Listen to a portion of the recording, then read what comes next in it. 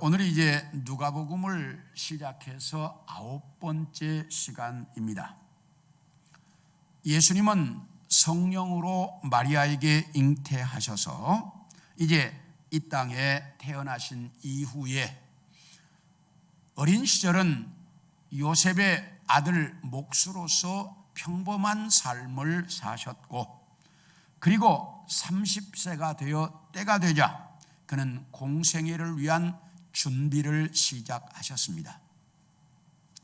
그 준비 첫 번째가 뭐였느냐 하면, 예수님께서 갈릴리에서 유다까지 오셔서 세례 요한에게 세례를 받으셨고, 그리고 이제 나사렛에서 가버나움으로 집을 이사하심으로 가버나움이 예수님의 공생애 사역의 중심지가 되어집니다. 그리고 성령에게 이끌려서 이제 사탄에게 시험을 받으셨는데, 첫사람 아담은 그 사탄의 시험을 실패했지만 예수님은 그 시험을 승리하셨습니다. 그러므로 이제 공생애를 끝내신 예수님은 맨 먼저 나사렛 회당에서 나는 기름 부음을 받은 자로 이 땅에 왔다, 다시 말하면 나는 메시아로 이 땅에 왔다라고 자기 자신이 메시아라는 것을 분명하게 밝히셨고, 그리고 내가 이 땅에 온 것은 죄에 매여 사는 인간들을 죄에서 해방시켜 자유를 누릴 수 있도록 하려고 내가 이 땅에 왔다라고 오신 목적도 정확하게 설명해 주셨습니다. 그러나 사람들은 이것을 이해하지 못하고 예수님을 죽이려고 했습니다. 그러나 예수님께서 그 자리를 피하심으로 그들이 이제 예수님을 건드릴 수가 없었고, 예수님께서 회당에서 가르치실 때마다 듣는 모든 사람들이 예수님의 그 권세에 압도가 되었고, 그 예수님의 권세 앞에 그들은 아무 말도 할 수가 없었습니다. 왜냐하면 사탄에게 명령하면 사탄도 순종하고, 병에게 명령하면 병도 떠나고, 그리고 자연에게 명령하면 자연도 순종하고, 예수님께서 말씀만 하면 그 말씀 앞에 거역하는 것이 없었습니다. 그러자 모두는 다 도대체 저분이 누구이기에 저 말씀의 권세가 저렇게 대단하냐, 모두가 다 놀랄 정도였습니다. 그래서 이 예수님에 대한 소문이 사방으로 쫙 퍼졌습니다. 그리고 예수님이 이렇게 병자를 고치니까 사람들은 다 예수님이 자기 마을에 머물기를 요청하셨습니다. 그러나 예수님께서 나는 이 땅에 병자를 고치러 온 것이 아니고 나는 이 땅에 복음을 전하러 왔다, 그렇기 때문에 나는 한 곳에 머물러 있을 수가 없고 세상에 다니며 복음을 전해야 된다고 다른 마을로 가셨다. 그리고 자기가 오신 목적 복음을 전하기 위해서 이제 함께 사역할 12 제자를 주님은 선택하셨습니다.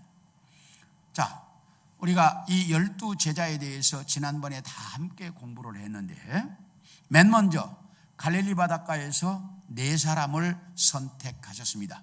누구와 누구죠?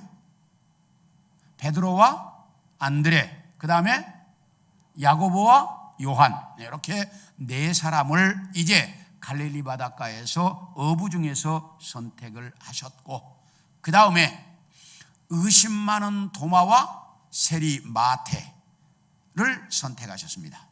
그러니까 여러분들이 꼭 그렇게 외우시면 좋아요. 베드로와 안드레, 야고보와 요한, 형제들이니까. 그 다음에 이제 그 의심 많은 도마와 세리 마태, 이게 이제 딱 붙어 있습니다. 그 다음에 빌립과 바돌로메, 이 빌립의 친구지요, 바돌로메는. 그래서 빌립과 바돌로메 이렇게 딱 붙이시고, 그 다음에 이제 여러분들이 잘 모르시는 작은 야고보와 가나안인 시몬, 이게 이제 붙어 있습니다. 작은 야고보와 가나안인 시몬. 그래서 가나안 사람 시몬이라고 하는 말인데, 이제 이렇게, 그래서 의심 많은 도마와 세리마테, 빌립과 바돌로메, 그 다음에 작은 야고보와 가나안인 시몬, 이렇게 하면 10사람입니다. 그러니까 여러분들이 딱 그렇게 외우셔야 돼. 이제 제일 먼저 베드로와, 크게 하셔요. 베드로와 안드레, 그 다음에 야고보와 요한, 그 다음에 의심 많은 도마와 세리마테, 그 다음에 빌립과 바돌로메, 이거 딱 이제, 그래서 의심 많은 도마와 세리마테, 빌립과 바돌로메, 그 다음에 작은 야고보와 가나안인 시몬. 그러면 10명이에요. 그러면 나머지 두 사람은 누구냐? 이름이 똑같아. 가룟 유다. 한 사람은 그냥 유다고 한 사람은 가룟 유다야. 그러니까 유다가 똑같은데, 그래서 구분하기 위해서 가룟 유다라고 붙었어요. 그래서 유다가 똑같아, 둘이야. 그런데 하나는 가룟 유다, 하나는 그냥 유다. 그러면 12사람이에요. 이렇게 여러분들이 제자들을 자 한번 암송하시려면, 이제 수요일 날 배웠으니까 우리가 이건 어느 정도 여러분들이 암송하시는 것이 좋아요. 자, 다시 한번. 베드로와 안드레, 그 다음 야고보와 요한, 그 다음에 의심 많은 도마와 세리마테, 그 다음에 빌립과 바돌로메, 그 다음에 작은 야고보와 가나안 사람 시몬, 그 다음에 유다 둘. 그 유다가 둘이니까. 이렇게 여러분들이 12사람을 암송하시도록 가능하면, 그래서 12명의 제자를 예수님께서 선택하셨습니다. 그런데 예수님이 선택하신 이 12명의 제자를 보면 세리도 있고 어부도 있고, 그래서 정말 평범하고 외면당하고 사람들에게 알려지지 않는 사람들 중에서 주님은 선택하셨다는 사실이에요. 제자들을. 유명한 사람이 거의 없어요. 다 어부, 세리마테 뭐 이래서 전부가 다 전혀 상상이 안 되는, 그 당시 사람들 사회에서도 가장 멸시당하고 천대당하고 무시당하는 사람들 중에서 주로 선택하셨다라고 하는 사실입니다. 이 중에서 특별히 그렇게 뭐 유명한 사람이 없어요. 다. 그런 사람들 중에서 주님께서 12명의 제자를 선택하셨다 하는 것까지가 지난번에 우리가 배웠습니다. 이제 오늘은 누가복음 5장 12절부터 26절까지에 보면 두 가지 내용입니다. 12절에서 16절까지는 나병 환자를 고치신 내용과, 그 다음 17절부터 26절까지는 중풍병자를 고치셨다는 내용, 이 두 가지예요. 뭐가 뭐요? 나병 환자와 중풍병자를 고치셨다는 두 가지 내용이 오늘 본문입니다. 먼저 나병 환자를 고치신 내용을 보겠습니다. 예수님께서 어떤 마을에 계실 때 온몸에 나병이 들려있는 사람, 그러니까 여기 딱 그렇게 말해요. 그냥 나병 환자 이렇게 말하는 게 아니라 온몸에 나병이 퍼져 있는 사람. 이 말은 무슨 의미예요? 온몸에 나병이 퍼져 있다, 이 말은 이제 심각한 상황이다, 그 말이죠. 이 나병이 온몸에 퍼졌다는 이야기는 거의 이제 인생을 포기할 수밖에 없는 사람이다라는 표현이에요. 이게 나병이 온몸에 퍼졌으면 이건 거의 이제 죽는 겁니다. 그러니까 이런 사람이 예수님 앞에 엎드려 가지고 주님께서 깨끗하게 하실 수 있습니다. 다시 말하면 나처럼 이렇게 온몸에 나병이 퍼져 있는 사람일지라도 주님이 원하시면 언제라도 깨끗하게 하실 수 있습니다. 그러니 저를 좀 깨끗하게 해 주십시오라고 요청을 했습니다. 그런데 여기서 이제 우리가 잘 이해가 안 되는 것이, 첫째, 어떻게 이 나병 환자가 예수님 앞에 왔을까 하는 겁니다. 이 나병 환자가 분명히 여기 본문에 보면 예수님께서 어디에 계실 때? 아니, 여기 12절 보세요. 예수님이 어디에 계실 때? 한 동네에 계실 때. 이제 수요일날 오시면서 여기 다 보여주니까 성경책 안 들고 오시죠? 자, 그 사람들이 다 예수님이 어디에 계실 때? 한 동네에 계실 때. 동네 안에 있었습니다. 그런데 이 나병 환자는 온몸에 나병이 퍼져 있는 사람인데 예수님 앞에 와서 엎드렸습니다. 나병 환자는 동네 안에 들어올 수가 있다 없다? 없다.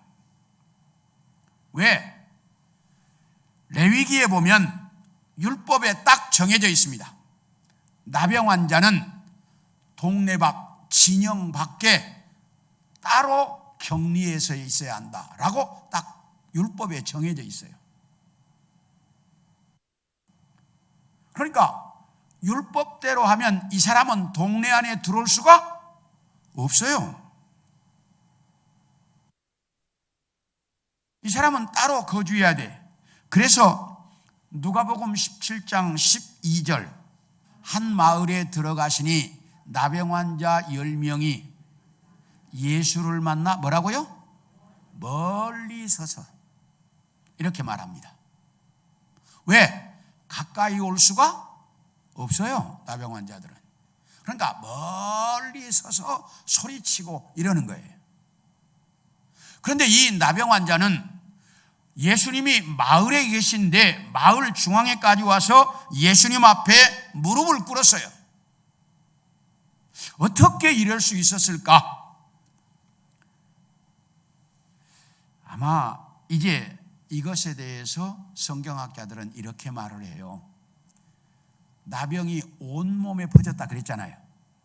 온몸에 퍼져 있으니까 지금 무슨 상황이야? 죽을 수밖에 없는 상황이다가 보니까 보이는 것이 있어요, 없어요? 없는 거지. 이제 죽을 수밖에 없는 상황이니까. 그래서 너무나 절박하니까 예수님이 어디 계신다는 소문을 들었던 것 같아요. 그 소문 듣고 무조건 찾아온 거예요. 그러니까 사람이 절박하면 어때요? 어쩔 수 없잖아요. 그래서 우리나라 속담에 이런 말이 있잖아요. 사흘을 굶으면 뭐 하는 사람이 없다? 담 안 넘을 사람이 없다. 왜? 배고파서 견딜 수 없으니까. 절박하면 어쩔 수 없는 거예요. 그러니까 이 나병 환자도 그래서 온몸에 나병이 퍼졌다라고 말하는 이유가 뭐냐? 그만큼 절박했다는 거예요, 이 나병 환자는. 그러니까 마을에 들어올 수 없는데 예수님이 계신다는 소리를 듣자 무조건 쫓아온 거예요. 우리 이 성도들의 신앙도 이런 좀 절박함이 있어야 돼요. 우리도 언제나 하나님 앞에 이런 절박함을 가지고 살아야 우리는 신앙생활에 열심을 낼 수 있습니다. 그런데 이런 절박함이 없으니까 우리 신앙생활에 열정이 없다 그 말이에요. 놀라운 것은 교회 역사를 공부해 보면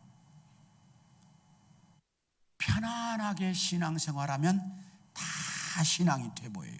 기독교가 다 약해져. 그런데 핍박하는 나라는 기독교가 왕성해. 이게 교회 역사의 아이러니예요. 중국이 기독교를 핍박하는 것을 우리가 위해서 기도하지만 저는 속으로 그래요. 중국 열심히 좀 핍박해라. 그러면 중국의 복음이 놀랍게 확산할 거다. 이런 생각을 가져요. 러시아가 기독교에 자유를 줬어요. 선교에 자유를 줬어요. 러시아 교회는 하나도 성장 안 해요. 지금 러시아가 기독교에 대해서 자유를 줬어요. 그래서 선교에 대한 자유를 줬어요. 선교사들 비자도 다 줘요. 근데 러시아는 교회가 하나도 성장 안 해요. 중국은 다 선교사들 쫓아내고 다 교회를 핍박하고 문 닫게 하고 교회마다 시진핑 사진도 걸으라고 한대요. 우리 그 중국에서 연락이 왔어요. 시진핑 사진도 걸으라고 하는데 교회다가. 근데 교회는 놀랍게 성장해. 왜요? 절박함이 있기 때문이에요. 여기 있으면 우리 큰일 나겠다. 기도하자. 이런 절박함이 그걸 만들어내는 거예요. 이 환자도 온몸에 나병이 퍼져서 죽을 수밖에 없잖아, 지금 상황이. 그러니까 마을 밖에 있어야 된다? 이런 거 알아요. 알아도 지금 살기 위해서 쫓아온 거야. 그리고 예수님 앞에 엎드렸어요.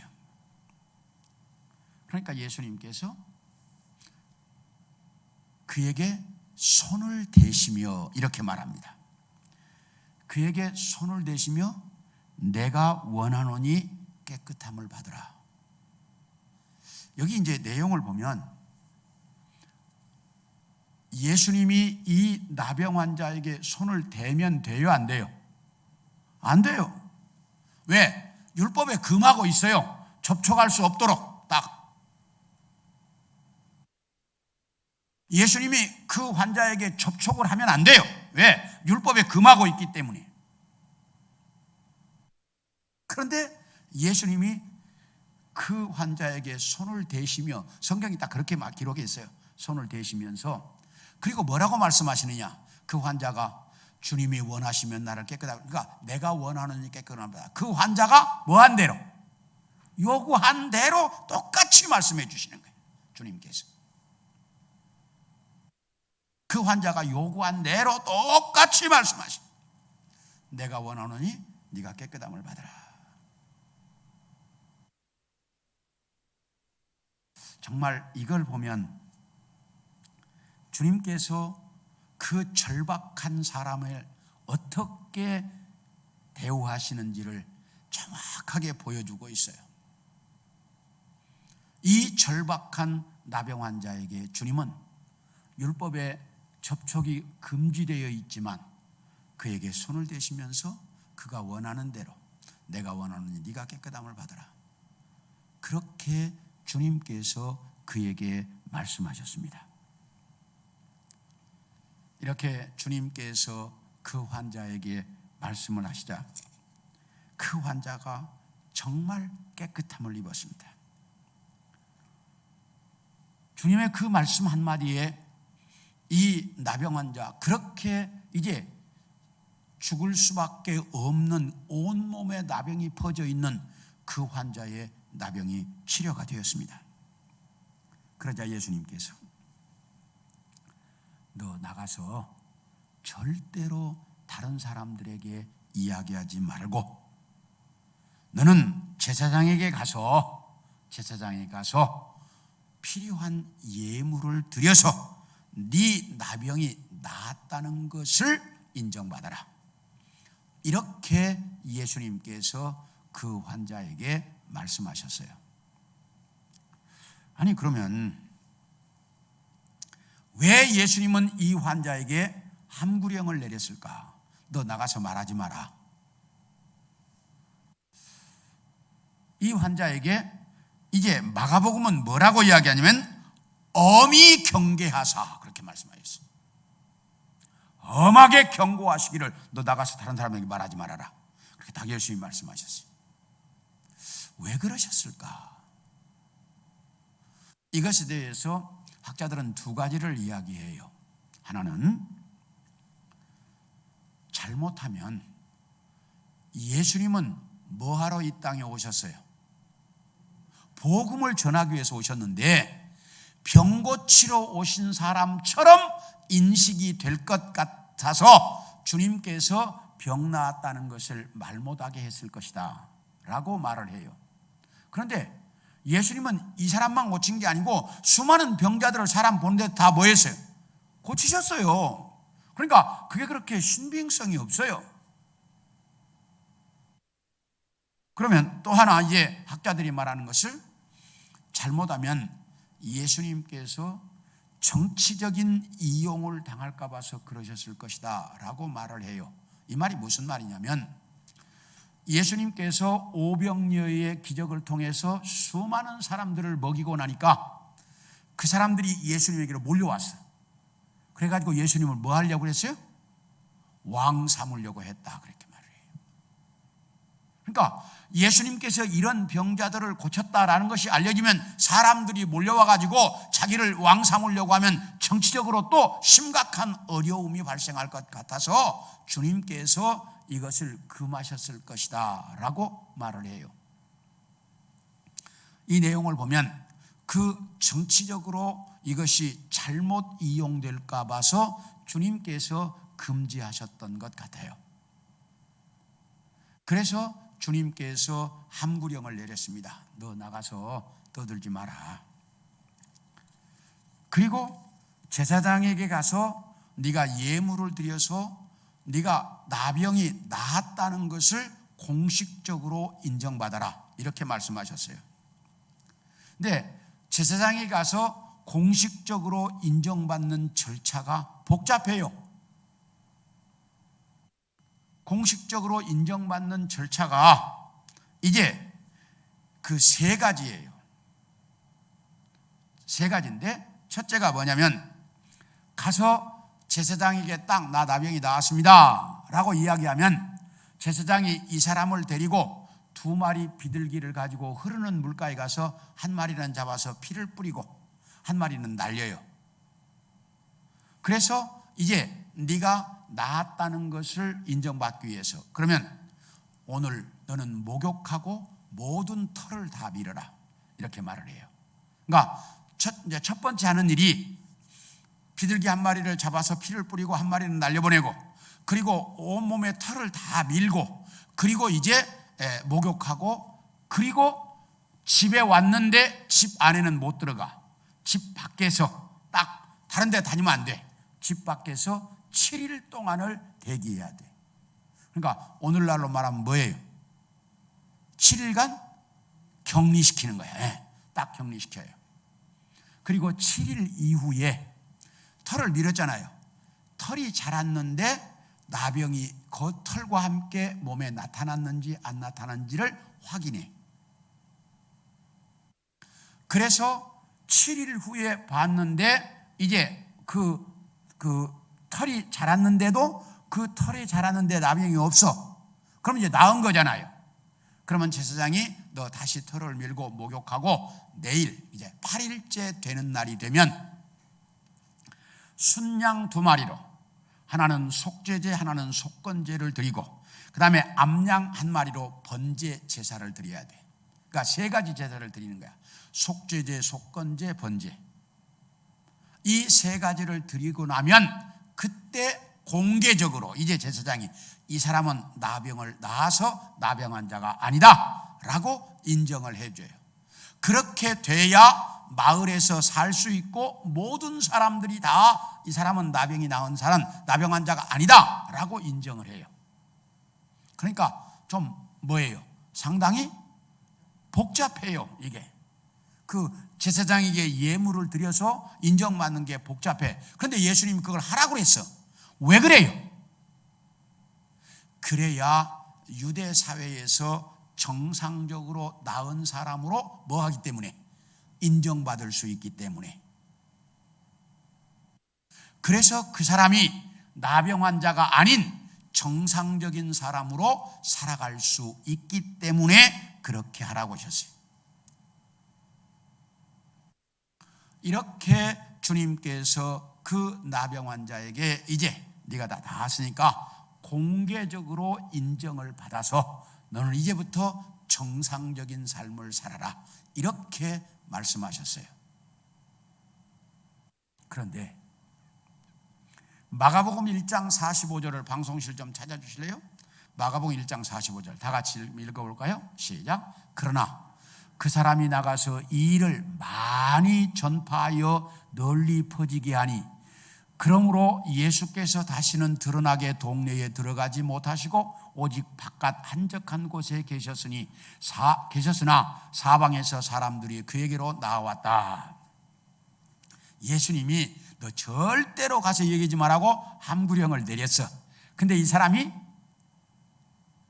말을 했다 안 했다? 나가서 많은 사람들에게 떠들었어요. 왜 그랬어요? 너무 좋으니까. 너무 좋으니까.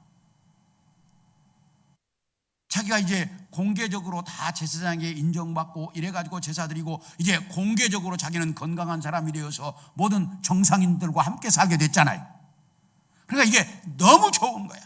그동안에 저 동네 밖에서 혼자 이제 따로 살았어야 되는데 이제 그거 다 떠나서 함께 살 수 얼마나 좋았겠어요. 그러니까 이 사실을 내가 당신 나병 환자인 어떻게 됐어? 저 예수님이 나를 고쳐서 이렇게 됐다고 많은 사람들에게 떠들었어요. 그러니까 수많은 사람들이 예수님께로 몰려왔다 이렇게 말을 해요. 그래서 예수님께 수많은 사람들이 몰려오므로 예수님께서는 그들을 고치시기도 하셨지만 그러나 복음 전하는 것이 주님의 사명이기 때문에 그들을 떠나서 한적한 곳으로 가서 기도하셨다 이렇게 말씀하고 있습니다. 오늘 이 본문을 여러분들이 보면서 1절부터 이제 시작해서 이제 이 오늘 본문의 내용이 16절까지 이 내용을 보면서 정말 절박한 사람에게 주어지는 하나님의 축복을 여러분들이 보면서 우리도 이 땅에서도 신앙생활을 하되 이렇게 절박한 그런 모습을 가지고 신앙생활을 해갈 수 있기를 원합니다. 그리고 이제 두 번째 17절부터 20절까지는 여기는 중풍병자를 고치신 내용입니다. 이 내용은 여러분들이 너무나 잘 알고 있는 내용이에요. 예수님께서 여기 어느 한 마을 한 집에서 예수님이 가르치고 있을 때 예수님이 가르치고 있다는 소문이 들리자 오늘 여기 17절을 봅니다. 본문 17절입니다. 자, 우리 한번 하루는 가르치실 때에 그다음 잘 보세요. 갈릴리의 각 마을과 두 번째 유대와 세 번째 예루살렘에서 온 바리새인들과 율법 교사들이 앉았는데 이렇게 말합니다. 자, 누가 왔다고요? 갈릴리 많은 마을에서 사람들이 왔고 두 번째 어디서? 유대에서. 세 번째 어디에서? 예루살렘에서. 지금 예수님이 계신 곳이 갈릴리입니다. 유대에서 갈릴리까지 오려고 하면 최소한 2, 3일은 걸어와야 오는 거리입니다. 이게 가까운 거리가 아니에요. 그냥 뭐 이 옆에 동네 가는 게 아니에요. 이게 지금 예루살렘에서 여기까지 오는데 버스로 가도 보통 8시간 가야 돼. 그러니까 이게 가까운 거리가 절대로 아니에요. 지금 예루살렘에서 갈릴리까지 가려고 하면 며칠씩 걸어가야 되는 거리예요. 이게. 그런데 그렇게 예루살렘에서 유대에서 율법교사, 바리새인들, 서기관들이 몰려왔어. 그렇다면 예수님의 소문이 이미 어디까지 났다는 얘기예요? 예루살렘까지 났다는 얘기지. 예수님의 소문이 이미 이스라엘 나라 전체에 퍼졌다는 이야기죠. 이렇게 예수님에 대한 소문이 이스라엘 나라 전체에 퍼져 있어요. 그래가지고 예수님이 모여있는 곳에 수많은 사람들이 몰려왔어요. 예루살렘에서 유대에서 갈릴리 동네에서 수많은 사람. 그런데 그때 그 동네에 중풍병을 앓고 있는 사람이 하나 있어서 친구들이 이제 들것이다가 이 중풍병자를 데리고 와서 못 움직이니까 데리고 와서 보니까 사람들이 너무 많아서 도대체 예수님 앞에까지 이 들것을 들고 갈 수가 없어. 그러니까 이 사람들이 어떻게 할까? 저 예수님께 가야 이 친구가 낫을 수 있는데, 이 사람을 낫게 할 수 있는데 이게 도저히 갈 수 없고 어떻게 할까? 그러다가 네 사람이 이 들것에 이 친구를 들고 어디로 올라가가지고 지붕으로 올라가지고 지붕을 뜯고 거기서 달아내렸다. 예수님 앞으로 이 중풍병자를 달아내렸다라고 말을 해요. 참 이걸 보면 뭐예요? 대단해요. 뭘 뜯고? 지붕을 뜯고 그 친구를 달아내렸어요. 정말 우리 같으면 첫째, 남의 집 지붕을 뜯었다가 뭔 소리 듣겠어요? 신고해서 끌려갈 수밖에 없잖아요. 이거. 남의 집 지붕을 뜯는다는 게. 두 번째, 지붕을 뜯는다는 게 쉬운 일이 아니에요. 지붕을 뜯고 그 남의 집 지붕을 뜯어가지고 예수님을 달아내린다? 이게 절대로 쉬운 일이 아니에요. 이건 남의 집을 뜯는다는 것도 그렇고 지붕을 뜯는다는 자체도 그렇고 이게 절대로 쉬운 일이 아니에요. 그런데 이 친구들이 그걸 뭐 했어요? 했어요.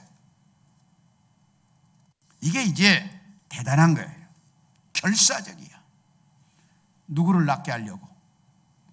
그 친구인지 아니면 동네 사람인지는 정확히 알 수 없지만 그들을, 그 중풍병자를 낫게 하려고 하는 그 들것에 들고 온 사람들의 열정이 정말 대단했어요. 이런 열정이 있어야 한다 그 말이야. 우리에게는 그야말로 엄청났어요. 그 들것을 들고 와가지고 지붕을 뚫고 예수님 앞에 달아내렸어요. 이런 열정과 이런 정말 열망이 있을 때 일들이 일어나는 거예요. 우리 신앙생활이, 우리 한국교회가 이렇게 성장했던 이유가 뭐냐면 그렇게 우리 신앙의 선배들이 열정적이어서 한국교회가 이만큼 성장했습니다. 그 현장을 저는 보고 성장을 했기 때문에 여의도 광장에 모여서 그 많은 사람이 모여있기 때문에 화장실을 갈 수가 없어요. 거기서 나와서 화장실까지 갔다 오는 게 쉬운 일이 아니야. 그러니까 어떻게 했냐? 기저귀를 차고 참여를 했었고, 그래서 안 되면 그 현장에서 그 소변을 싸면 옷이 젖잖아. 주변에 있는 사람들이 다 수건으로 둘러놓고 그리고 앉아서 그냥 집회했어요. 우리 신앙의 선배들이 그렇게 신앙생활을 했어요. 그걸 본 사람과 안 본 사람은 다른 거예요. 여의도 광장에 모여서 화장실을 못 가요. 그러니까 기저귀를 차고 다 참석했었어요. 그런 열정들이 있었기 때문에 한국교회가 이만큼 성장한 거죠.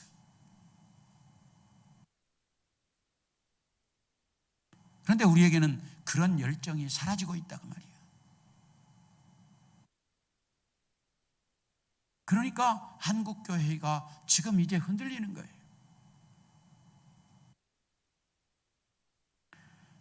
이렇게 이제 그 열정을 보시고 예수님께서 여기 이제 그렇게 달아내리는 그 모습을 예수님이 보시고 뭐라고 말씀하시느니 참 재미있어요.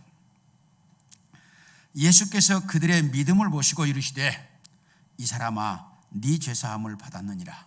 예수님께서 그 사람에게 보내 이 사람아 자네 죄가 사해졌네 이렇게 말씀하셨어요. 그러니까 예수님이 이런 표현을 잘 안 써요. 성경에 이 사람아 이런 표현을. 그런데 그 열정을 보시고 그 믿음을 보시고 주님께서 이 사람아 자네 죄가 사해졌네 이렇게 표현을 하셨어요. 정말 재미있어요 표현이. 예수님께서 그렇게 말씀을 하셨어요.